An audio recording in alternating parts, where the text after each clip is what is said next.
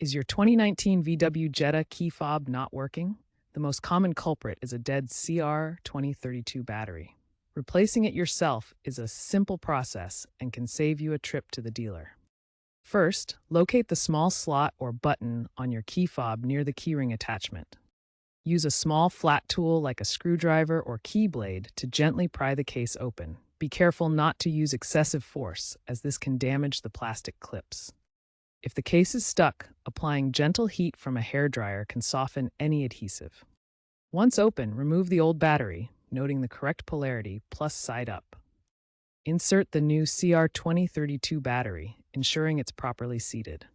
Carefully snap the key fob case back together, making sure it's securely closed. Always use a high-quality battery for longevity and proper functioning. After replacing the battery, you might need to reprogram the key fob to your Jetta. Insert the key into the ignition, turn it to the on position without starting the engine, and press the lock or unlock buttons on the fob several times. This should resynchronize the fob with your car's ECU. If the remote still doesn't work, check for corrosion on the circuit board, especially if the fob was exposed to moisture. Clean the contacts with isopropyl alcohol. If the issue persists, the problem might be more complex.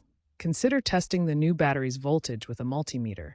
It should read at least 3 volts. If it's significantly lower, the battery might be faulty or there could be a deeper electrical issue.